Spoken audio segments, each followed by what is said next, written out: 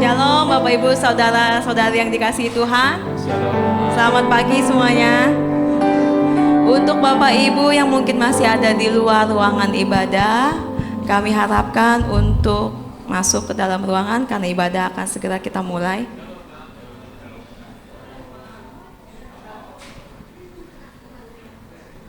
Untuk Bapak Ibu yang duduknya di belakang, boleh diisi dulu kursi yang kosong di depan, Bapak Ibu. Di depan masih kosong.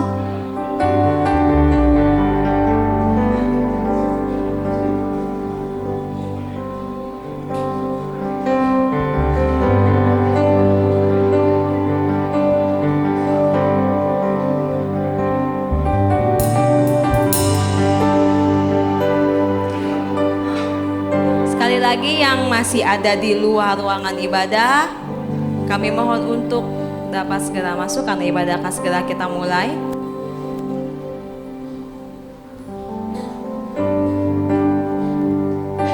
Oke. Baik Bapak Ibu, kita akan segera mulai ibadah kita. Matius 18 ayat 20 tertulis, sebab di mana 2 atau 3 orang berkumpul dalam namaku, dalam nama Tuhan Yesus, di situ aku ada di tengah-tengah mereka. Saat ini Tuhan ada di tengah-tengah kita. Untuk itu, untuk menghormati kehadiran Tuhan pada pagi hari ini, mari kita naikkan ucapan syukur kita. Kita mau menyembah Tuhan dengan segenap hati kita. Mari kita bersaat teduh sejenak. Kita mau menaikkan pujian dan sembah kita yang terbaik kepada Tuhan. Mari kita tundukkan kepala. Selamat pagi Bapa, selamat pagi Tuhan Yesus, selamat pagi Roh Kudus. Terima kasih Tuhan buat penyertaan-Mu sepanjang istirahat kami pada malam hari tadi hingga pada pagi hari ini. Kami bisa kembali bangun dalam keadaan sehat, segar tanpa kurang suatu apapun. Sehingga kami pada pagi hari ini bisa bersama-sama berkumpul kembali di tempat ini Bapa, untuk memuji, memuliakan, meninggikan dan mengagungkan nama-Mu di tempat ini. Biarlah Tuhan setiap pujian penyembahan yang kami naikkan boleh menjadi dupa yang harum di hadapan-Mu. Boleh menjadi ya Tuhan berkat Tuhan untuk kami semua di tempat ini ya Bapa. Biarlah nama-Mu semakin dipermuliakan melalui pujian dan penyembahan yang kami naikkan. Terima kasih Yesus. Mari Bapak Ibu kita angkat pujian kita. Kita angkat sembah kita kepada Tuhan Yesus. Engkau baik Tuhan. Terima kasih Yesus. Kami ada saat ini semua karena kasih Tuhan. Haleluya. Terima kasih Bapa. Kau baik Tuhan dalam hidup kami. Mari Bapak Ibu kita angkat suara kita. Dia adalah Allah yang senantiasa menyertai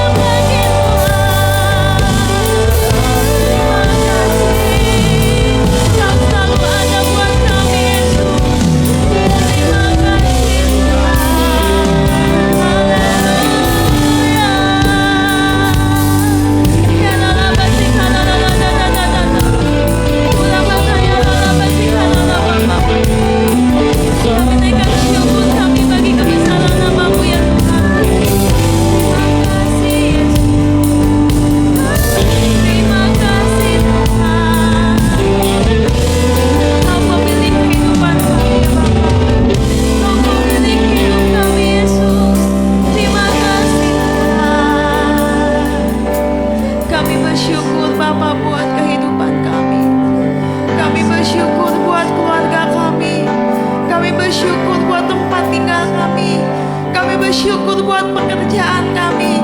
Kami bersyukur Tuhan buat persekutuan kami. Kami bersyukur buat segala hal yang Kau berikan bagi kami Tuhan. Semuanya baik bagi kami Bapa.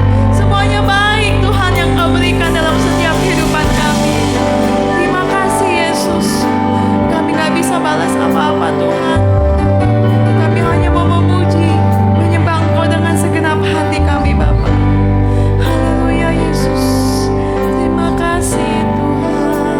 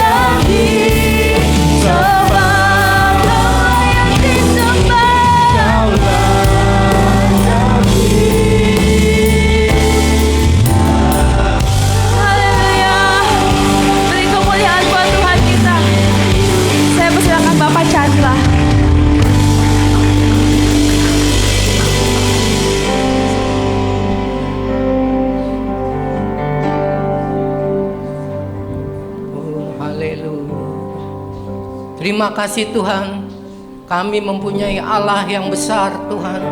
Engkau sanggup Tuhan untuk melawat kami pada pagi hari ini Tuhan. Kami ingin bawa diri kami dan tubuh kami, jiwa roh kami Tuhan di hadapan-Mu Tuhan.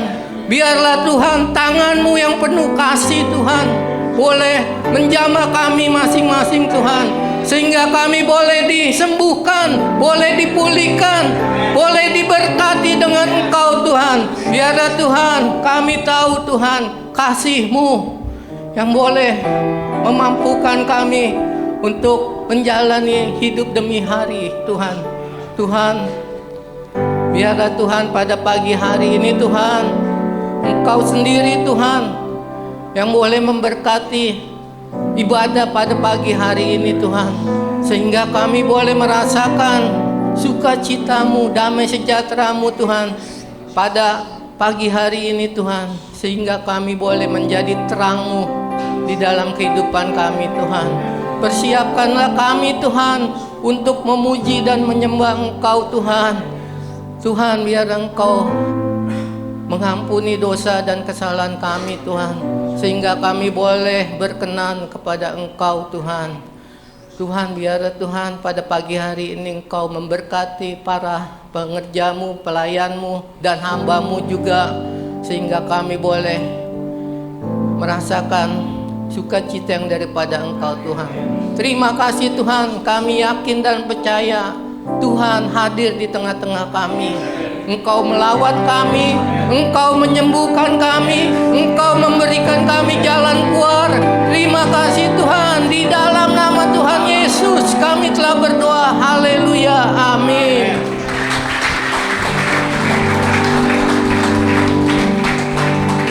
Sekali lagi, shalom Bapak Ibu. Shalom. Semua semangat puji Tuhan pada pagi hari ini. Mari kita angkat pujian kita, sebab Allah bertahta di atas pujian kita. Katakan kepada kiri kanannya, ada kuasa dalam pujian kita. Haleluya.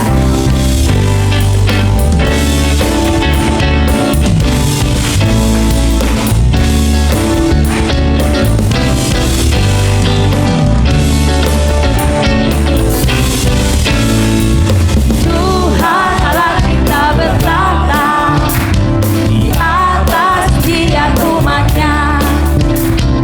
Tuhan Allah kita bertahta di atas pujian umatnya. Bila Allah hadir di tengah kita, kuasanya mengalir dengan dahsyatnya. Katakan dengan iman, ada kuasa dalam pujian. Bernyanyilah segenap hati dan jiwa, sebab ada kuasa dalam pujian yang sanggup mengubah kekuatan lawan. Ada kuasa dalam pujian. Bernyanyilah segenap hati dan jiwa, sebab ada kuasa dalam pujian yang sanggup mengubah kekuatan lawan.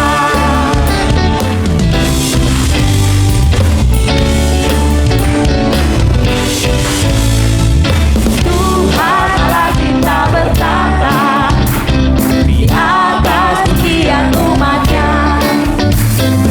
Tuhan Allah kita bertahta di atas pujian umatnya.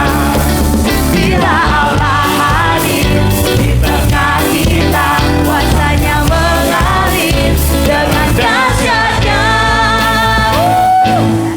Ada kuasa dalam pujian. Bernyanyilah segenap hati dan jiwa, sebab ada kuasa dalam pujian yang sanggup mengungkap kekuatan lawan. Ada kuasa dalam pujian. Bernyanyilah segenap hati dan jiwa, sebab ada kuasa dalam pujian yang sanggup mengungkap kekuatan lawan. Ada kuasa Dalam pujian, bernyanyilah segenap hati dan jiwa, sebab ada kuasa dalam pujian yang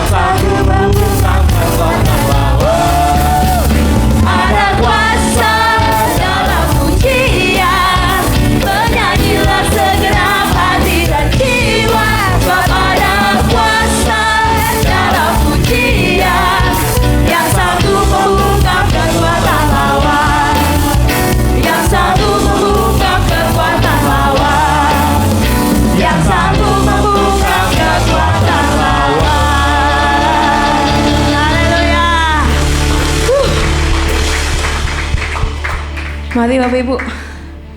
Allah kita dahsyat, amin. Waktu saya bilang Allahku, Bapak Ibu bilang dahsyat, oke? Allahku dahsyat. Allahku dahsyat. Sekali lagi dahsyatnya 3 kali. Allahku dahsyat, dahsyat, dahsyat. Haleluya.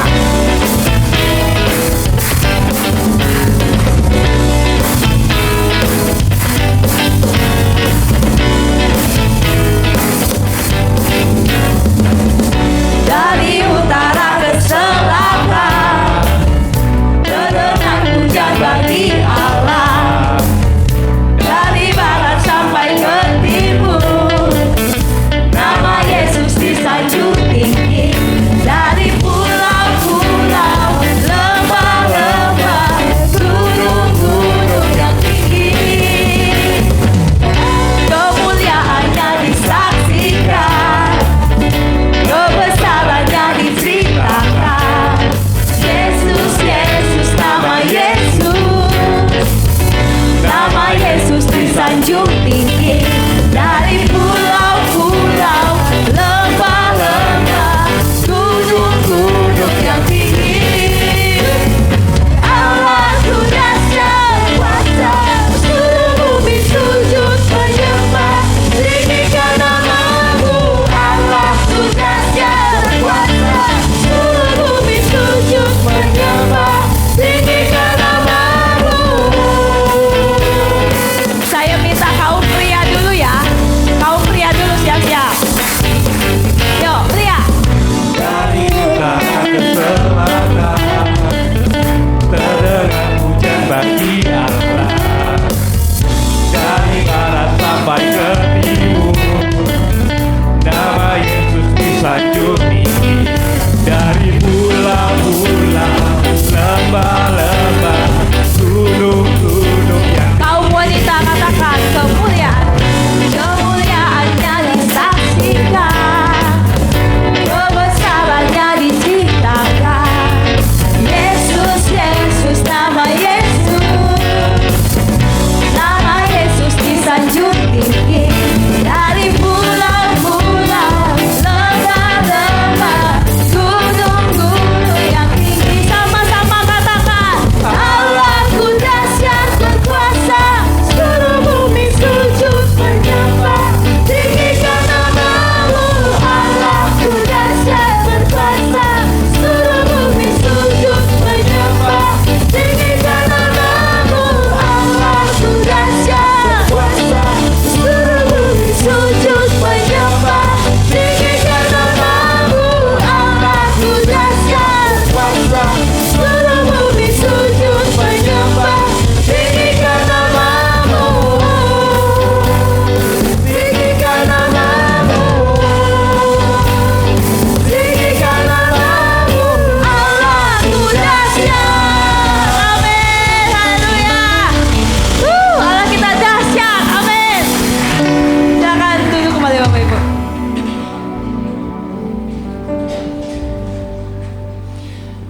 Baik, mari kita siapkan hati kita untuk mengenal Tuhan lebih dalam lagi melalui firman yang akan disampaikan oleh hambanya.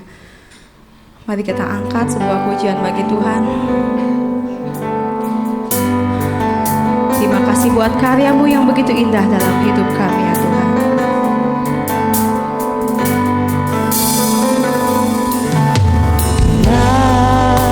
Ku buka mataku dan lihat wajah-Mu,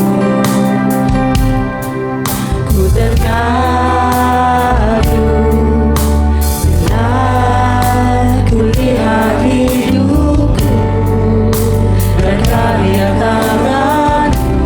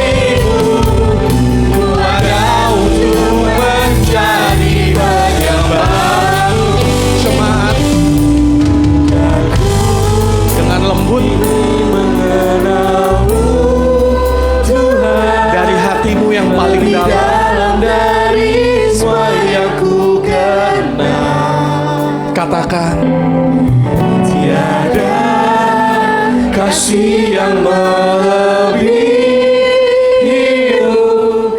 Ku ada untuk menjadi penyembahmu. Sekali lagi, hanya jemaat yang nyanyikan pujian ini.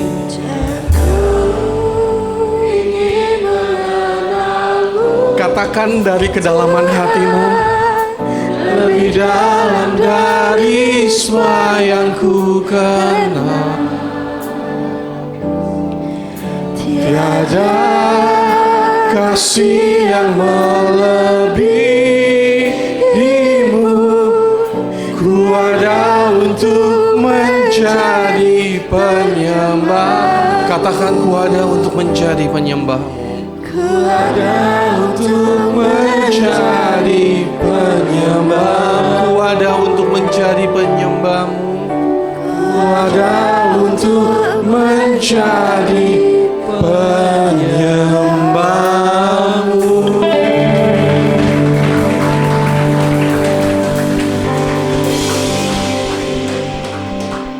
Kami yang pagi hari ini datang di tempat ini, kami mau mengenalmu lebih lagi ya Tuhan. Kami mau mengenalmu lebih lagi dari kemarin. Makin hari kami mau semakin mengenalmu. Pengenalan kami kepadamu, pengenalan kami akan ajaranmu.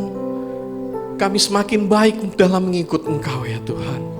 Sebentar hamba-Mu akan menyampaikan pesanmu ya Tuhan, pakai hamba-Mu. Pakai hamba-Mu sebagai alat-Mu. Tanpa Engkau, tanpa pengurapan-Mu, hamba-Mu bukan apa-apa, hamba-Mu bukan siapa-siapa.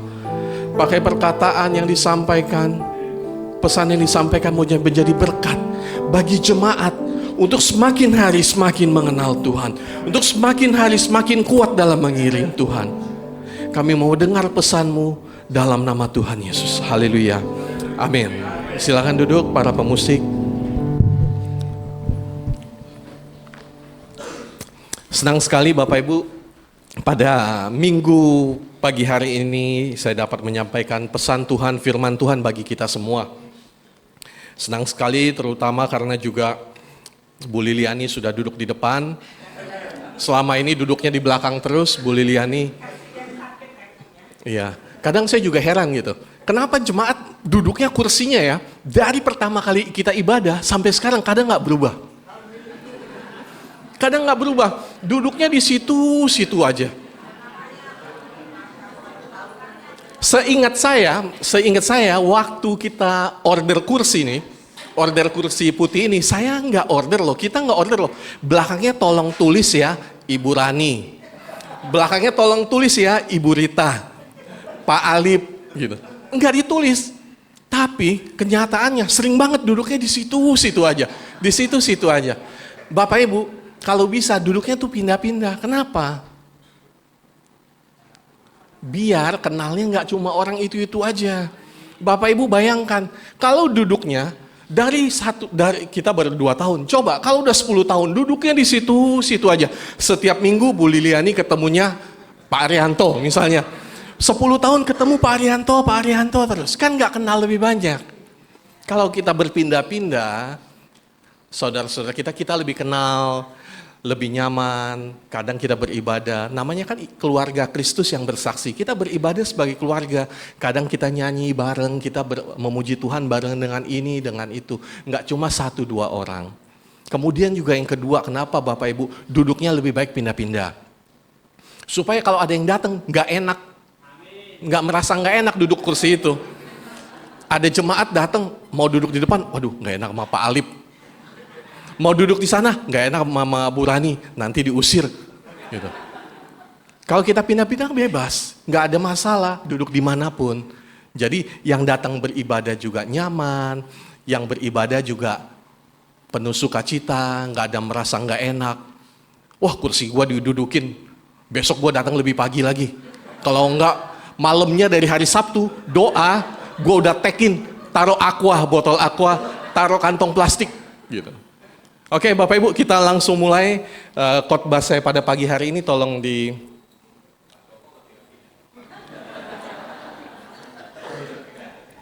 minggu depan pindah Pak Joko ya. Pak Joko sebelah sini, saya sebelah sana gitu ya. Oke Bapak Ibu, khotbah saya pada pagi hari ini saya beri judul waspadalah, waspadalah. Bapak Ibu dulu pernah ingat ya di RCTI ada satu acara yang di apa judulnya Bu Lilian nih?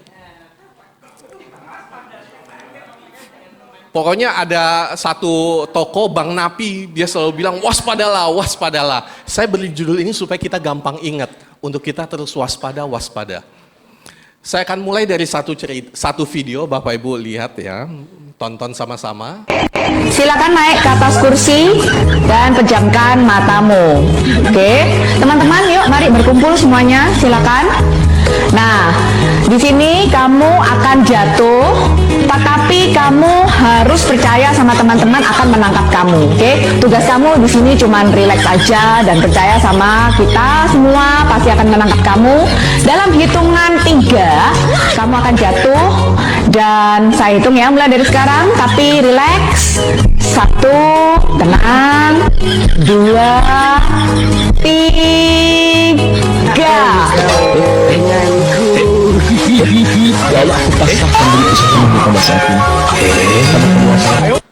Bapak Ibu, kenapa kita mesti waspada? Karena kita nggak tahu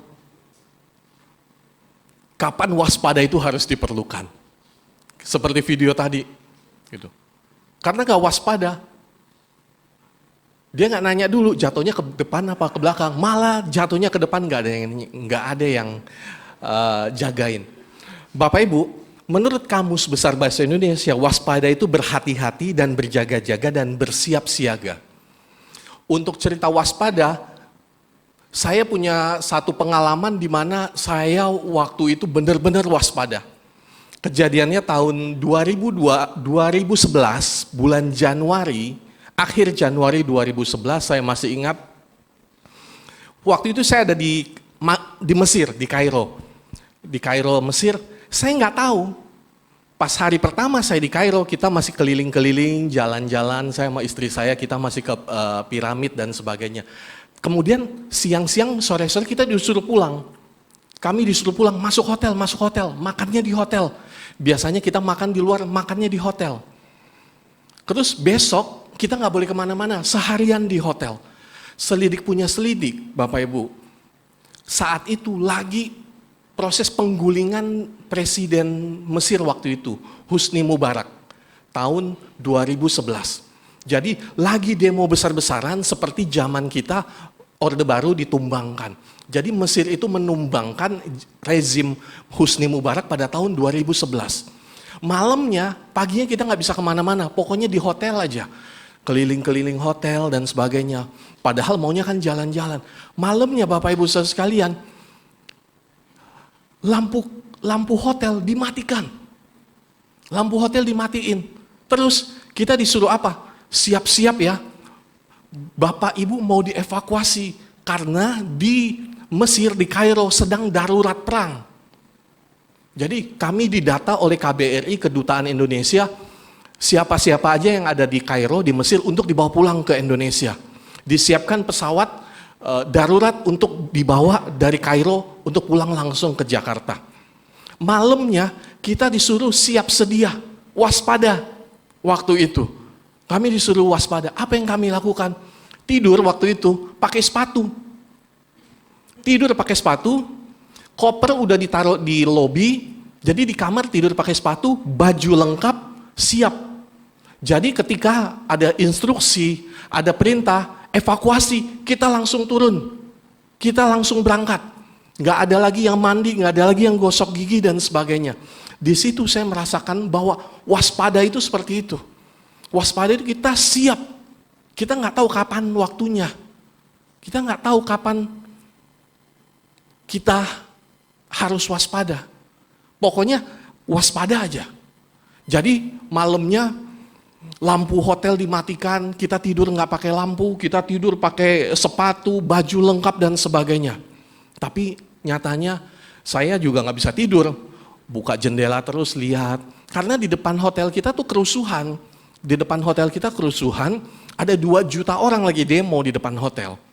2 juta orang lagi demo, ternyata setelah saya pulang pada demo tersebut ada 800 orang lebih meninggal jadi pada kejadian penggulingan Presiden Husni Mubarak. Akhirnya puji Tuhan, pagi-pagi, subuh kita dievakuasi.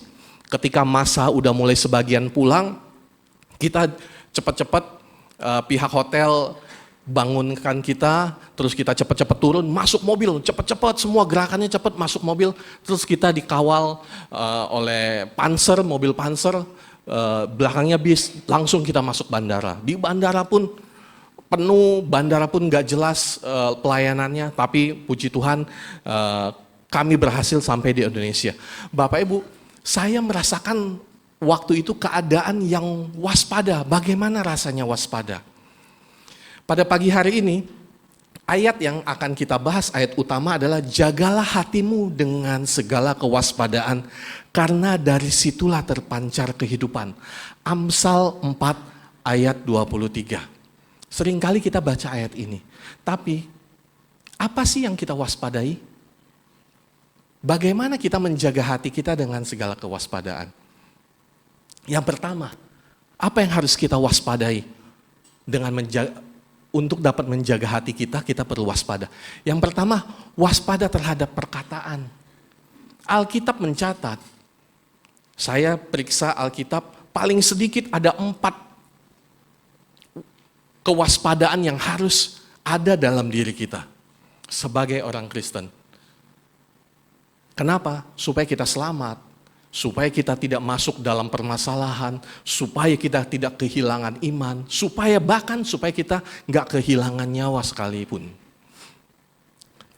Kenapa kita harus waspada dalam perkataan? Karena dalam Matius 15 ayat 11 dan 18 bunyinya demikian.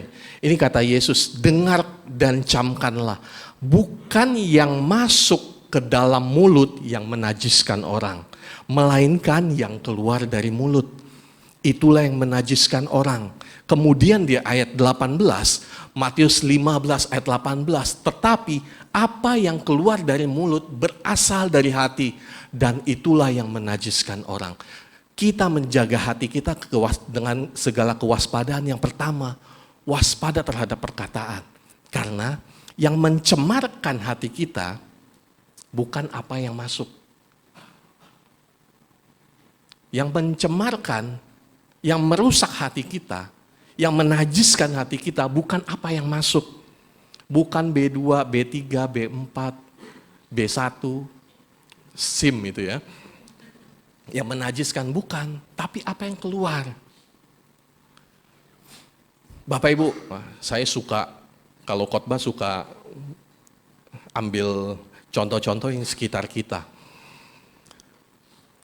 Bapak Ibu, ada berita di Detik, gini, tersinggung saat minta diskon, pelanggan nekat aniaya karyawan toko.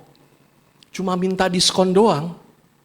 Ini ceritanya ada orang, ini di Bali kejadiannya. Di Bali ada orang belanja, bapak-bapak nih belanja, terus dia minta diskon. Terus sama yang jaga toko akhirnya cekcok. Kemudian lempar-lemparan etalase, hanger dan sebagainya. Ini di toko baju. Bapak Ibu, perkataan dapat mencemarkan orang, mencemarkan hati. Kalau udah kayak gini kan udah tercemar. Kita harus waspada dengan perkataan kita. Terus ada berita kedua. Ini di dekat kita nih, di Tangerang, di Kelapa II, di sekitar Gading Serpong. Ini kejadiannya baru, bulan 4 2024. Wanita bunuh penjaga toko baju di Tangerang usai ditegur lepas sepatu. Cuma ditegur untuk lepas sepatu di sekitar kita, di dekat Gading Serpong, sampai dibunuh. Jadi ceritanya di toko baju juga ini. Jadi hati-hati Bapak Ibu kalau beli baju ya, toko baju. Ini di toko baju juga, toko baju lagi dipel, kemudian ada pelanggan masuk. Pelanggannya disuruh sama jaga toko, tolong dong buka sepatunya. Si customernya nggak mau buka baju, nggak mau buka sepatu, jalan terus aja. Cekcok, customernya masuk mobil, ambil samurai, ibu-ibu, umurnya bukan 18-15, bukan. Cuma gara-gara buka sepatu. Umurnya 40-an, yang jaga toko umurnya 50-an. Udah orang yang dewasa, Bukan anak-anak lagi yang emosional, bukan. Umurnya 40-an dan 50-an, masuk mobil ambil samurai, ibu-ibu. Ambil samurai langsung ditusuk yang jaga toko. Yang jaga toko pun ibu-ibu. Bapak Ibu, kita bisa lihat bagaimana perkataan itu bahaya kalau disalah gunakan. Yakobus, saya pernah sampaikan juga soal perkataan mengenai Yakobus. Yakobus mengibaratkan bahwa perkataan itu seperti kemudi kapal. Kapalnya besar padahal kemudinya kecil. Yakobus juga bilang perkataan itu seperti api, bisa menghanguskan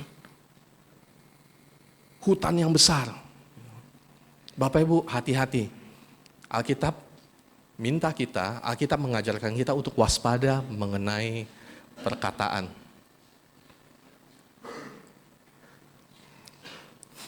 Bagaimana kita bisa menjaga perkataan waspada? Bagaimana cara kita waspada dalam perkataan?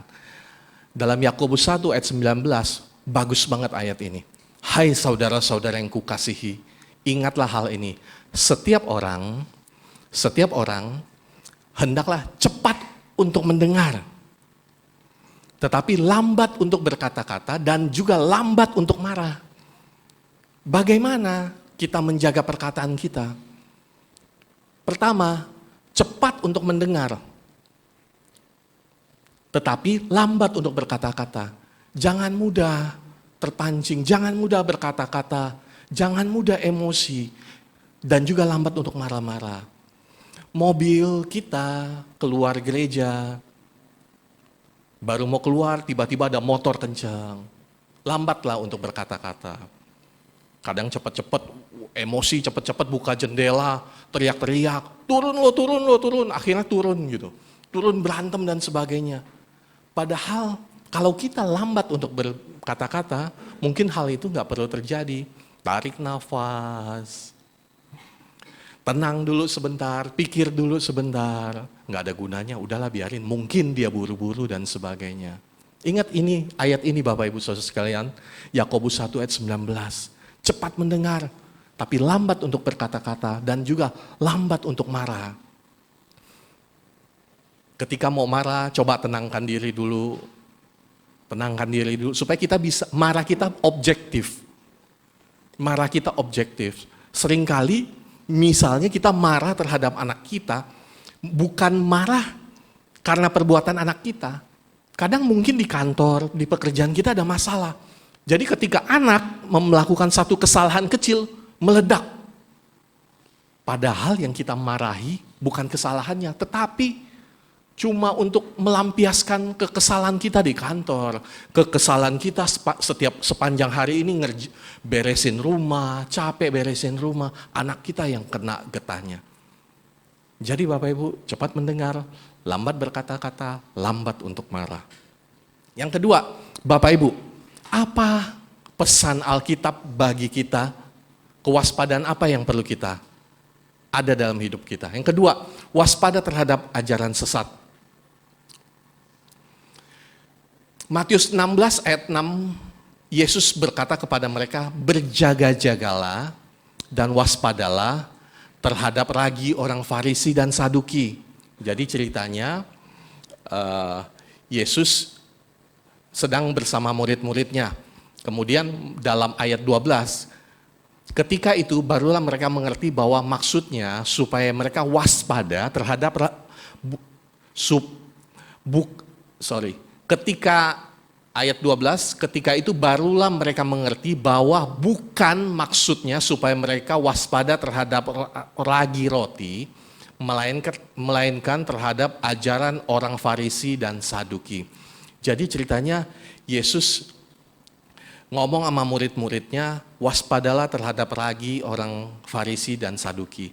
Murid-murid nyangkain Yesus maksudnya suruh kita jangan minta makan sama orang Farisi dan Saduki, karena waktu itu dalam perjalanan mereka lupa. Kalau Bapak Ibu baca ceritanya, mereka lupa bawa roti. Terus Yesus bilang, bukan masalah roti itu, yang saya bilang hati-hati terhadap pengajaran orang Farisi dan Saduki. Ayat ini paling enak Bapak Ibu dalam kita menafsirkan Alkitab. Karena Alkitab menafsirkan Alkitab sendiri. Ragi orang Farisi itu adalah maksudnya ajaran orang Saduki dan Farisi. Jadi kita nggak perlu menafsirkan jauh-jauh. Ragi orang Farisi dan Saduki artinya akhir zaman.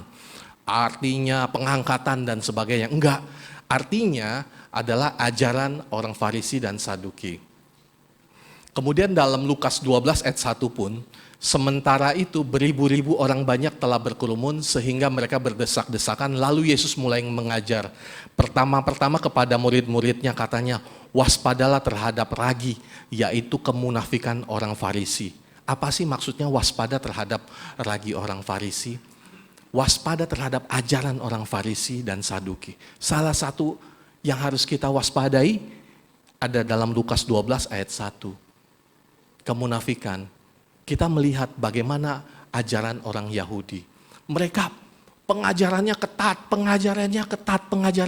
tapi nggak ada kasihnya. Kita bisa melihat cerita bagaimana orang yang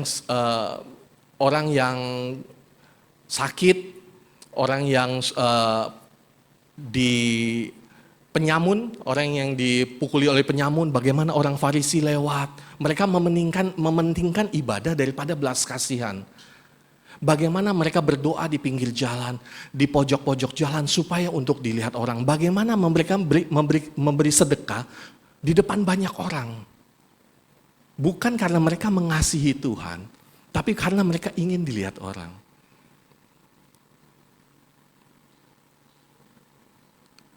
Kemudian ajaran orang Saduki bahwa nggak ada kebangkitan orang mati. Hidup hanya saat ini. Bagaimana mereka hanya bicara hari ini, bicara hari ini, bicara hari ini. Tidak bicara soal kekekalan. Bapak Ibu, pesan Tuhan yang kedua, waspada terhadap ajaran sesat. Pada masa kini mungkin udah nggak ada orang Farisi, nggak ada orang Saduki. Tapi masih banyak ajaran-ajaran. Ajaran-ajaran yang menyimpang. Kemudian kenapa sih Alkitab tulisnya ragi orang Farisi dan Saduki bukannya ragi orang Yunani atau Romawi yang saat itu ada? Kan lebih jauh. Karena Bapak Ibu, ajaran yang berbahaya itu ajaran yang serupa tapi disimpangkan. Coba Bapak Ibu, kalau kita diajak, ayo kita beribadah di Gunung Kawi. Mau nggak Bapak Ibu? Kan nggak mau. Oh itu bukan iman saya, udah bertentangan sama iman saya. Ayo beribadah yuk kita di kelenteng sana. Kan kita udah nggak mau.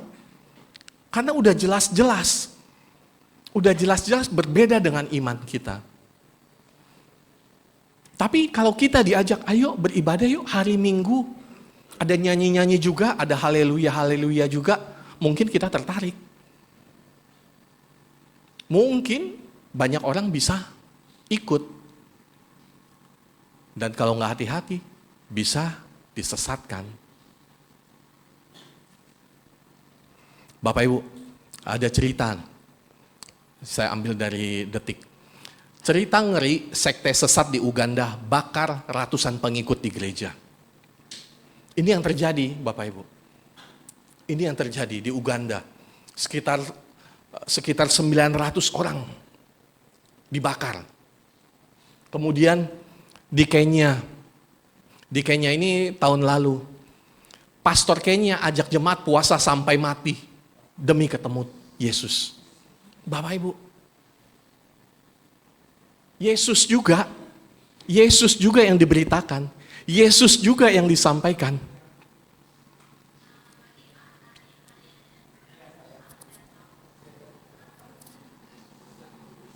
Ini yang di Kenya Bapak Ibu.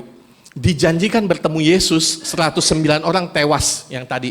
109 orang tewas. Orang mau ketemu Yesus aja bisa sampai kayak gini. Ini orang yang ngikut, ini bukan orang yang males ke gereja Bapak Ibu. Orang yang gak peduli sama gereja, bukan. Orang yang mau ketemu Yesus. Artinya orang yang sungguh-sungguh. Namun sayang gitu. Gak waspada. Bukan orang yang datang ke gereja hari ini, besok gak ke gereja. Enggak, orang ini pengen banget ketemu Yesus. Sampai berpuasa, sampai mati. Kita disuruh puasa sehari 2 hari aja udah Waduh, berat. Ini suruh puasa sampai mati mereka mau. Yang mirisnya Bapak Ibu, korban tewas yang di Kenya tahun lalu, itu mayoritas anak-anak. Anak-anak remaja, anak-anak sekolah minggu, kemudian ibu-ibu.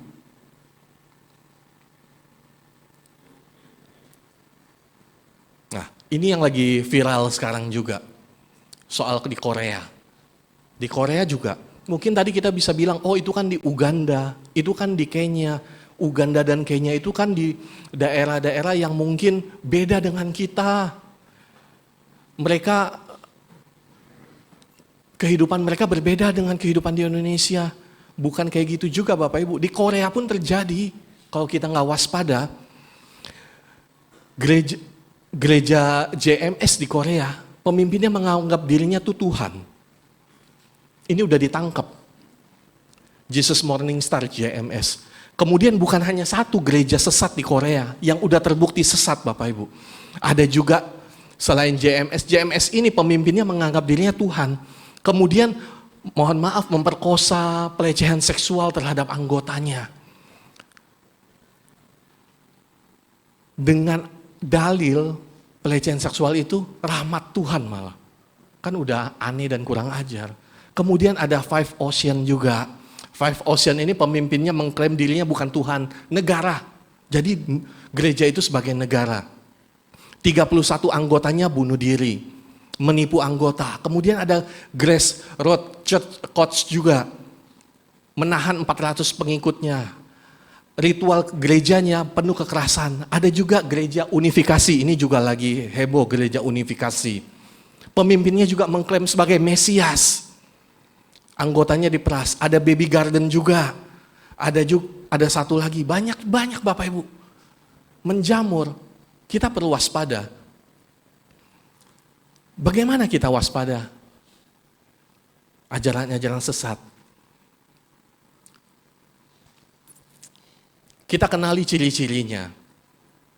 Kita perlu waspada dibanding generasi-generasi sebelumnya. Kenapa Bapak Ibu? Karena untuk mengikuti ajaran sesat, generasi-generasi sebelumnya tuh perlu datang. Perlu ikut ke gereja. Bapak Ibu dulu mungkin pernah diajak ya ke satu sekte. Ada yang mengaku bukan Yesus, bukan Tuhan. Ada gereja. Dulu pernah kita diajak, kita harus datang. Tapi sekarang Bapak Ibu, untuk mengikuti sekte-sekte ajaran sesat, itu nggak perlu datang. Buka YouTube aja. Ikut secara online aja, kita udah bisa masuk perangkap mereka. Jadi kita perlu waspada, kita kenali ciri-cirinya. Jadi Bapak Ibu kalau ikut khotbah di YouTube, khotbah di internet, dikirimin link dan sebagainya, coba waspada, cek. Ciri-ciri minimal ada 6 ciri Bapak Ibu. Ciri yang pertama kultus pemimpin. Tadi yang dicerita di Korea, cerita di Kenya dan sebagainya. Pemimpinnya banyak menganggap dirinya itu Tuhan, Mesias. Ataupun Nabi. Pokoknya apa yang keluar dari mulut saya, itu pasti harus dikerjakan karena itu suara Tuhan. Kalau pemimpinnya menganggap suaranya adalah suara Tuhan, itu harus hati-hati. Menganggap dirinya Tuhan, menganggap dirinya harus dikultuskan, dirinya nggak pernah salah, nggak boleh, jemaat nggak boleh bertanya, jemaat nggak boleh kritik, harus tunduk total, disuruh AA, disuruh BB, hati-hati. Yang kedua, eksklusivitas. Ajaran-ajaran sesat tuh selalu mengklaim dirinya yang paling benar. Ajaran orang lain salah, gereja saya yang paling benar, ajaran saya yang paling benar. Ajaran orang lain, gereja lain, lu keluar dari gereja sini, salah. Wah, itu udah bahaya Bapak Ibu.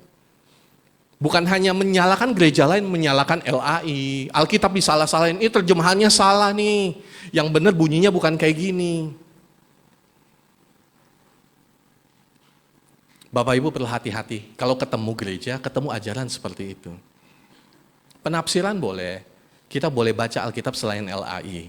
Ada bahasa Indonesia sehari-hari, ada bahasa Indonesia masa kini, bahasa Inggris ada NIV, ada King James. Bapak Ibu mau coba cek Yunaninya seperti apa, Ibraninya seperti apa, silakan. Nggak apa-apa, sekarang caranya mudah.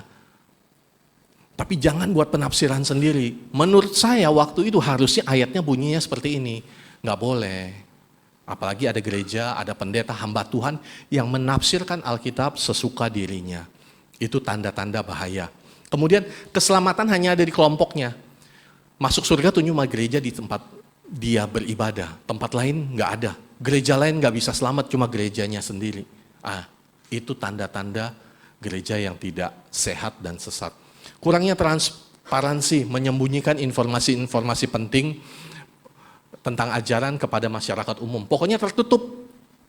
Tertutup, ibadahnya tertutup. Orang umum nggak boleh datang. Orang umum nggak boleh tahu. Tertutup, gerejanya tertutup. Kemudian tidak ada akuntabilitas keuangan dan operasional. Nggak ada transparansi dalam operasional dan keuangan. Kemudian ibadah dan ritual yang aneh. Praktek ibadah yang tidak lazim dan tidak alkitabiah. Aneh-aneh. Ibadahnya di dalam ibadah ada praktek-praktek aneh dan sebagainya. Ritual dianggap sangat penting untuk keselamatan. Keselamatan itu dianggap dari ritual. Kalau tidak melakukan ritual ini, kamu nggak selamat. Itu yang terjadi, penyimpangan-penyimpangan yang ada. Kalau jemaat tidak memberikan seluruh hartanya, tidak selamat. Itu yang terjadi di gereja-gereja yang sesat. Kemudian prediksi akhir zaman yang spesifik. Sering membuat prediksi spesifik tentang akhir zaman dan kedatangan kembali Yesus dan penuh alasan ketika gagal terpenuhi. Bapak Ibu yang tadi di Uganda, yang gereja sesat di Uganda yang membuat meninggal 900 orang, memprediksi kedatangan Tuhan Yesus, kemudian kiamat, akhir zaman itu datang tuh 31 Desember 1999 kemarin. Dia prediksi. Kemudian semua jemaatnya udah kumpul. Jual hartanya semua. Mereka udah jual harta. Jadi dari bulan November udah jual harta. Mereka pindah ke satu perkampungan mereka sendiri. Nyatanya ada tuh 1 Januari 2000. Dia buat prediksi lagi. 30 Maret. Kalau nggak salah 30 Maret 2000, nggak terjadi lagi. Dengan segala alasan, Tuhan berubah, kasihnya berubah, masih ada beberapa orang yang belum diselamatkan, mau diselamatkan lagi. Pokoknya mereka memberikan prediksi yang spesifik. Bapak Ibu kalau ketemu ajaran yang memberitakan akhir zaman dengan tanggal-tanggal yang spesifik, waspada Bapak Ibu, waspada. Kenapa? Alkitab tuh nggak bilang kapan, cuma Alkitab mengajarkan tanda-tandanya. Dan kita nggak perlu tahu tanggal tepatnya kapan. Tetapi yang kita perlu adalah kita mempersiapkan diri mulai dari sekarang. Kemudian penyimpangan doktrin. Mengajarkan doktrin yang berbeda dengan ajaran dasar dan pengakuan iman rasuli. Menolak ajaran penting kekristenan. Wah, baptisan nggak perlu. Pengakuan iman nggak perlu, bertobat nggak perlu. Sekali bertobat pokoknya sekali kita bertobat kita udah langsung masuk surga apapun yang kita kerjakan. Itu ajaran-ajaran yang perlu dipertanyakan, ajaran-ajaran yang perlu kita waspadai. Saya mencatat ada pengakuan iman rasuli. Bapak Ibu, ketika Bapak Ibu menemukan ajaran yang berbeda, waspada. Yang pertama, aku percaya kepada Allah, Bapa yang Maha Kuasa, Khalik langit dan bumi, dan kepada Yesus Kristus, anaknya yang tunggal, Tuhan kita. Kalau ada ajaran yang mengatakan Yesus bukan Tuhan, Bapak Ibu hati-hati, waspada. Yang dikandung oleh Roh Kudus, lahir dari anak darah Maria. Ada yang bilang, wah Yesus nggak lahir dari Maria, Yesus tiba-tiba muncul. Wah, itu Bapak Ibu perlu waspada. Yang menderita sengsara di bawah pemerintahan Pontius Pilatus, disalibkan, mati, dan dikuburkan, turun dalam kerajaan maut. Pada hari ketiga, bangkit pula di antara orang mati. Ada ajaran misalnya di luar sana yang mengajarkan Yesus nggak mati, Yesus dibangkitkan, sebelum disalibkan Yesus diangkat naik. Bapak Ibu perlu waspada. Naik ke surga, duduk di sebelah kanan Allah Bapa yang Maha Kuasa. Dan dari sana ia akan datang untuk menghakimi orang yang hidup dan yang mati. Aku percaya kepada Roh Kudus, gereja yang kudus dan am, persekutuan orang kudus, pengampunan dosa, kebangkitan tubuh dan hidup yang kekal. Kalau ada yang menyimpang dari ajaran ini, Bapak Ibu perlu waspada.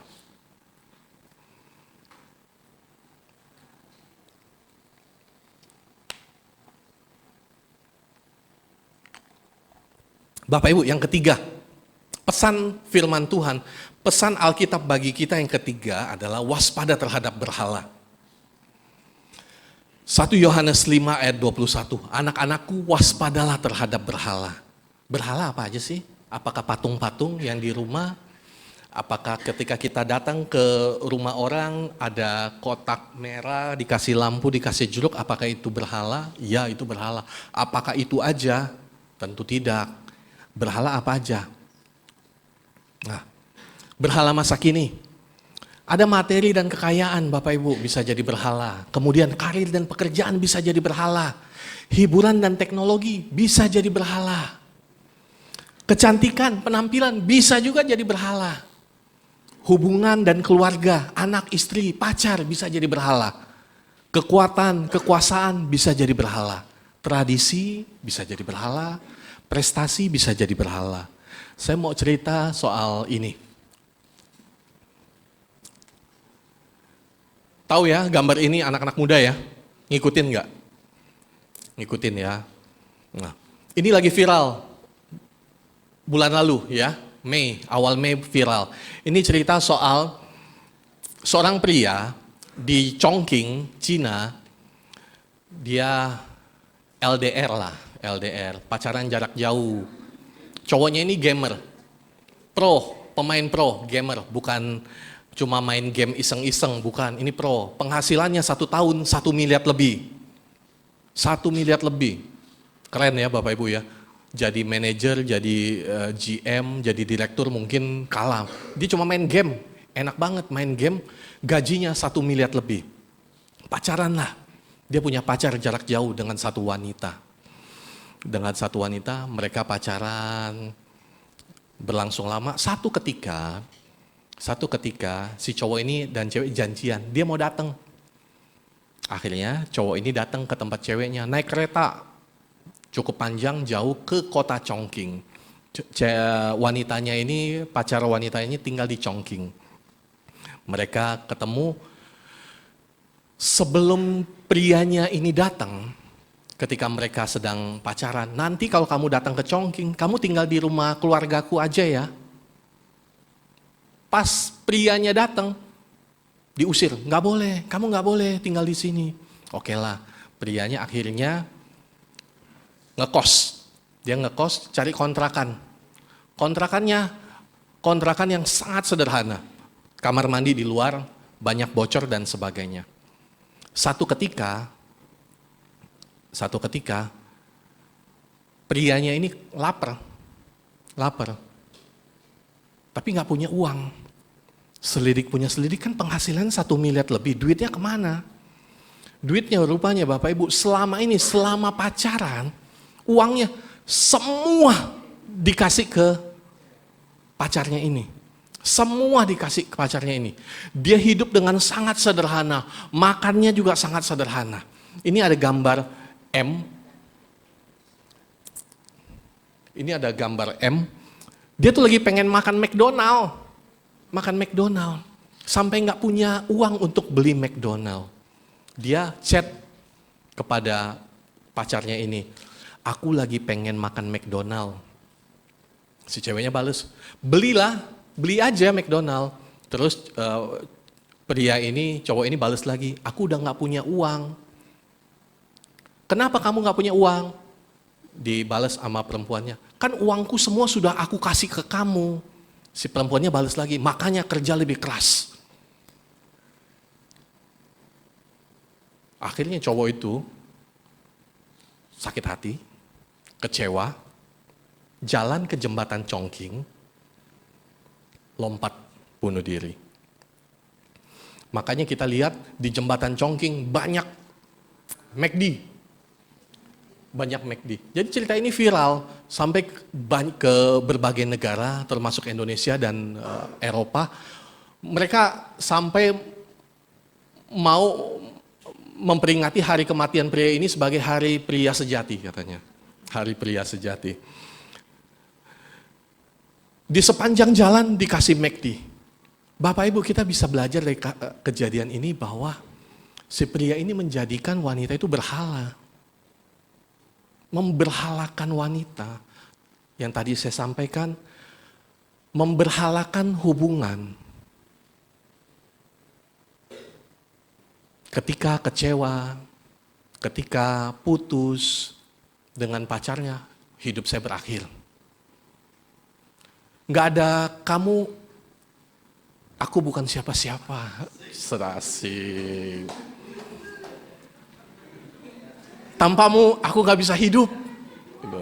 Kamu segalanya bagiku. Gitu.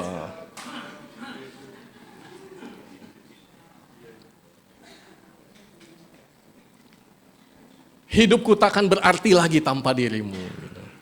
Gitu. Bapak Ibu, kadang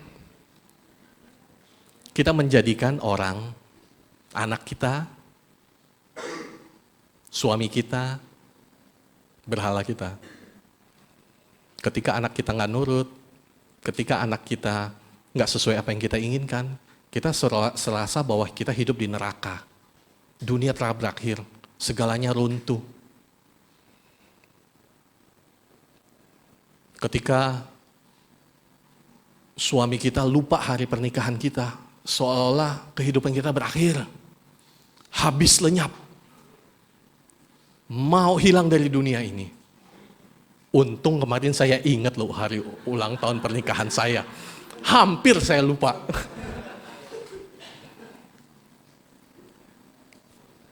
Untungnya istri saya kasih saya kode. Kalau enggak saya lupa beneran. Ini pengakuan depan mimbar lah. Untung dikasih kode. Besok kita nggak kemana-mana. Kenapa? Besok kan ulang tahun pernikahan kita. Oh iya, untuk saya ingat gitu. Jadi kalau ibu-ibu merasa suaminya akan lupa, kasih kode. Jangan dicemburin ke jurang gitu. Biarin dia lupa. Kalau dia lupa, habis aja gitu. Jangan diceburin ke jurang gitu. Udah tahu deket-deket jurang, ditolongin. Besok kita mau ngapain gitu. Kenapa? Kan besok ulang tahun pernikahan kita. Kan selesai masalahnya. Coba kalau kita udah kira-kira nih istri kita lupa ulang tahun kita atau istri kita lupa hari pernikahan kita, terus kita biarin. Gua pengen tahu dia. Biarin aja dia lupa, ntar gua inget seumur hidup, lu lupa ulang tahun pernikahan, lu lupa ulang tahun gua. Jangan gitu, kita tolong dia. Bapak Ibu, ini ceritanya anak kecil.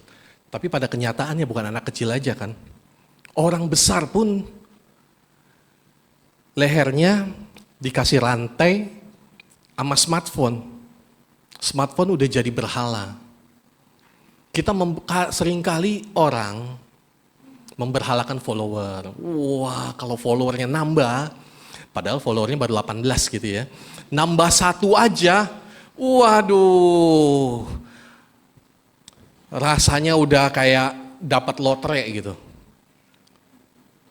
Statusnya kalau ada yang like, waduh. Rasanya hari ini udah hari paling bahagia sedunia. Bapak Ibu, periksa hati kita. Periksa. Gitu. Apakah kita sudah diberhala, sudah menjadikan gadget, menjadikan medsos berhala bagi kita? Hati-hati. Kemudian yang terakhir Bapak Ibu, ini yang terakhir. Waspada terhadap ketamakan. Ketamakan. Ini kata Yesus, katanya lagi kepada mereka, berjaga-jagalah dan waspadalah terhadap segala ketamakan.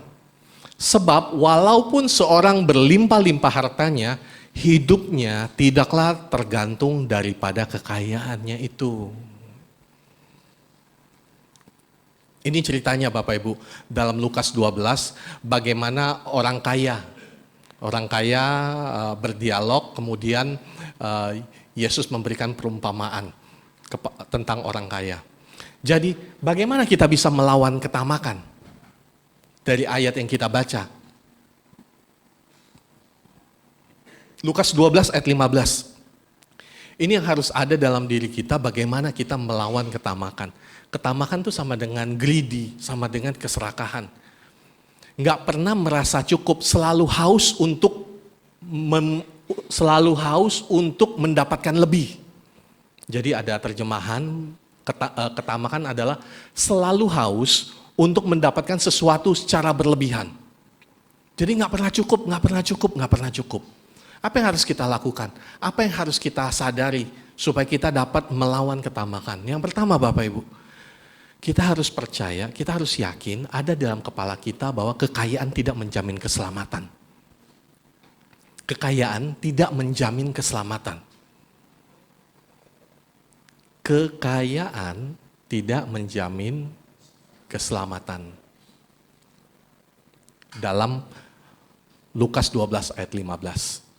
Kemudian yang kedua, apa yang harus kita kerjakan? Menggunakan kekayaan dengan benar untuk kebaikan. Dalam cerita tersebut, dalam perumpamaan tersebut, orang kaya ketika dia punya kekayaan, apa yang dia kerjakan? Dia bangun lumbung yang lebih besar, dia simpen. Bagaimana kita melawan ketamakan? Menggunakan kekayaan dengan benar untuk kebaikan. Kemudian yang ketiga, dalam Lukas 12 ayat 19 sampai 20, hidup dengan tujuan dan prioritas yang benar. Dalam cerita Lukas, prioritasnya dia adalah bagaimana dia bisa mendapat lebih lagi, dia mau membangun lumbung lebih lagi, dia mengumpulkan kekayaan yang lebih lagi, dan lebih lagi. Tapi bagi kita, untuk melawan ketamakan, hidup tujuan kita, punya tujuan yang benar, prioritas yang benar. Kemudian yang ketiga Bapak Ibu, yang keempat, dalam Lukas 12 ayat 21, kekayaan sejati dan kekal adalah kaya di hadapan Allah. Kekayaan yang sejati dan kekal. Dalam cerita tersebut, perumpamaan tersebut, ketika dia santai, hartanya banyak, tiba-tiba dia dipanggil Tuhan.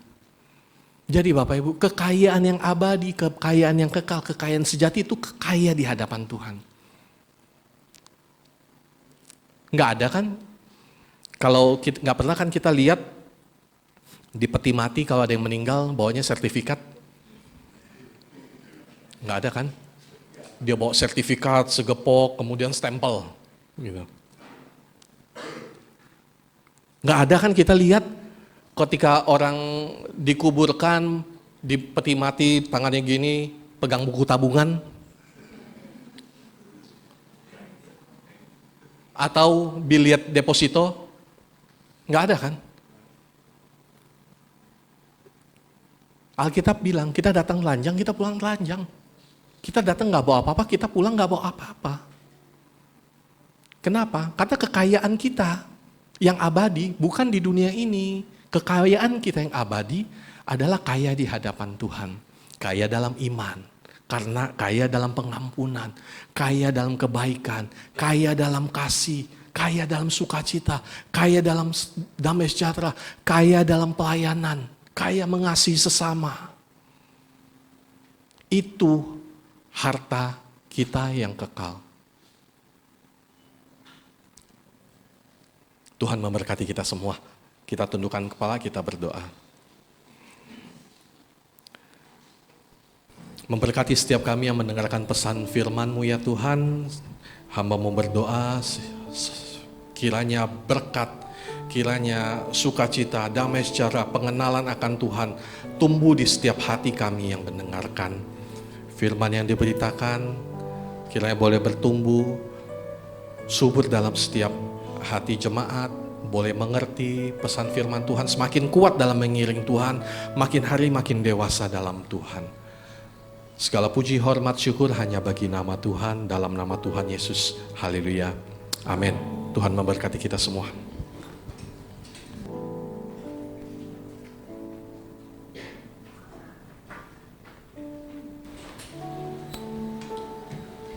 Baik, terima kasih kepada hambanya Bapak Kinoto yang telah menyampaikan kebenaran firman Tuhan yang sangat menegur.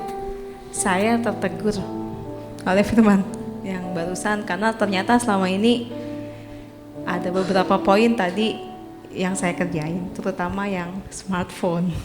Terima kasih ya. Oke, sesaat lagi kita akan memberikan persembahan.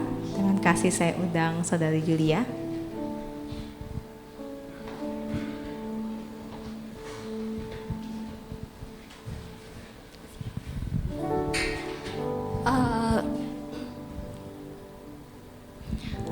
Bapak, Ibu, Saudara yang sudah siap, saya undang untuk dapat bangkit berdiri.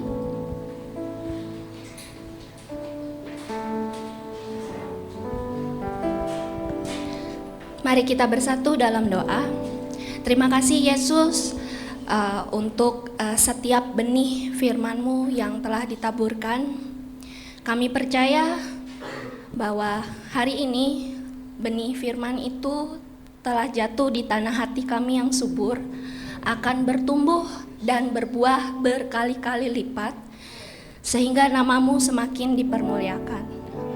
Tuhan, beri kami roh kewaspadaan, supaya kami dapat mawas diri terhadap segala bentuk kuasa kegelapan yang ingin mencuri iman kami, yang ingin menjauhkan kami daripada-Mu, sehingga kami dapat tetap terus aman berada di balik salib-Mu. Bapa, berkatilah Bapak Kinoto yang telah menaburkan benih firman hari ini, dan juga berkati keluarganya, juga Bapak Joko dan keluarga, serta Bapak Cacing dan keluarga. Berikanlah kesehatan yang sempurna selalu. Biarlah dimanapun mereka berada, apapun yang mereka kerjakan di dalam pelayanannya, Tuhan bekerja dengan amat dahsyat, dan ada roh kegerakan yang daripada-Mu. Tuhan, Engkau melihat hati kami, Engkau yang mendengar dan memperhatikan setiap kami. Kami mengucap syukur. Thank you Tuhan. You love a cheerful giver.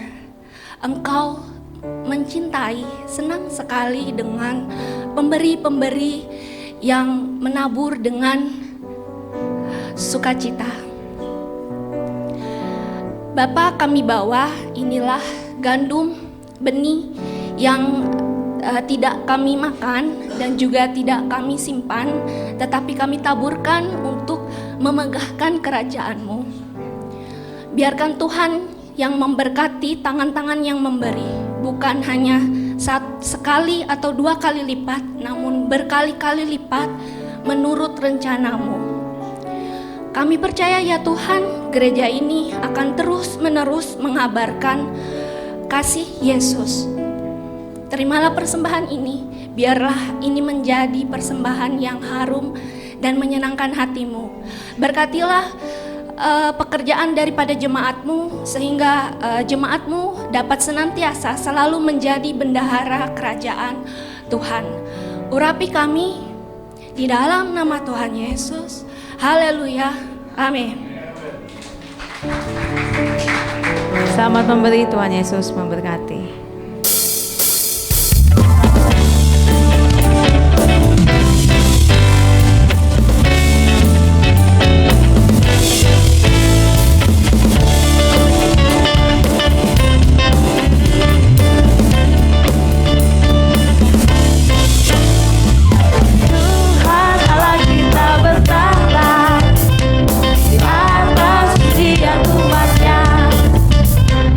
Tuhan Allah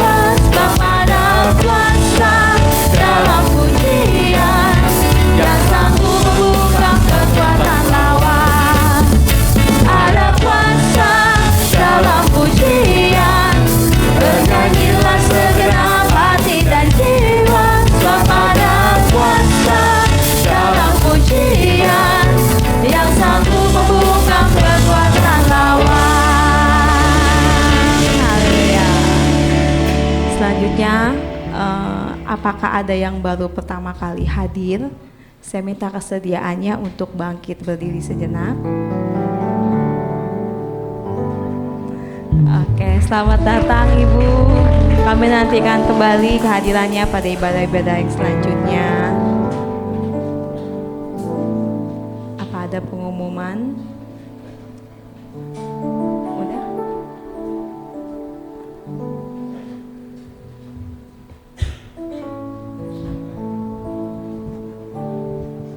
Bapak Ibu, ada pengumuman. Dibutuhkan, bukan seorang sih sebenarnya, banyak juga boleh. Pelayan bidang digital Bapak Ibu sebagai konten kreator dan yang menghandle IG gereja kita. Jadi Bapak Ibu yang pengen melayani dan itu bidang Bapak Ibu sekalian, cepat-cepat info. Bukan seorang, dibutuhkan banyak orang.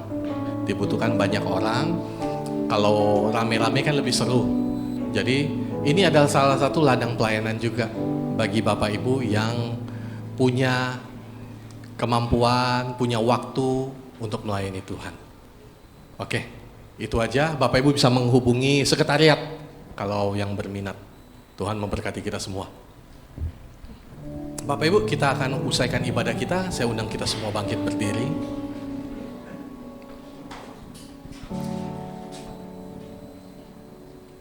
Oke. Kita mau bersatu hati, kita mau berdoa bagi saudara kita Ibu Mary yang pertama kali hadir di gereja kita. Kita tundukkan kepala bersama-sama. Kami bersyukur dan berterima kasih Tuhan atas ibadah kami pada pagi hari ini. Kami dapat berkumpul bersama saudara-saudara kami. Saudara seiman kami duduk memuji membesarkan nama-Mu, datang duduk diam di bawah kaki-Mu ya Bapa. Mendengarkan pesan firman Tuhan bagi kami semua. Pada pagi hari ini kami bersama-sama berdoa bagi Ibu Mary. Tuhan kirim datang bersama kami, beribadah bersama kami pada pagi hari ini. Tuhan memberkati, memberikan kesehatan sepanjang kehidupannya, sepanjang perjalanannya. Setiap hari Tuhan jagai, lindungi, jauhkan dari mara bahaya, jauhkan daripada kecelakaan. Tangan Tuhan turun menjagai dan melindungi Ibu Mary. Apa yang dia kerjakan, Tuhan sertai dan jagai. Terima kasih Bapak. Jemaat Tuhan, ibadah kita telah selesai, tapi kasih Tuhan, persekutuan dalam Kristus, kasih persaudaraan takkan pernah habis, takkan pernah berakhir. Angkatlah tanganmu, terimalah berkat dari Tuhan.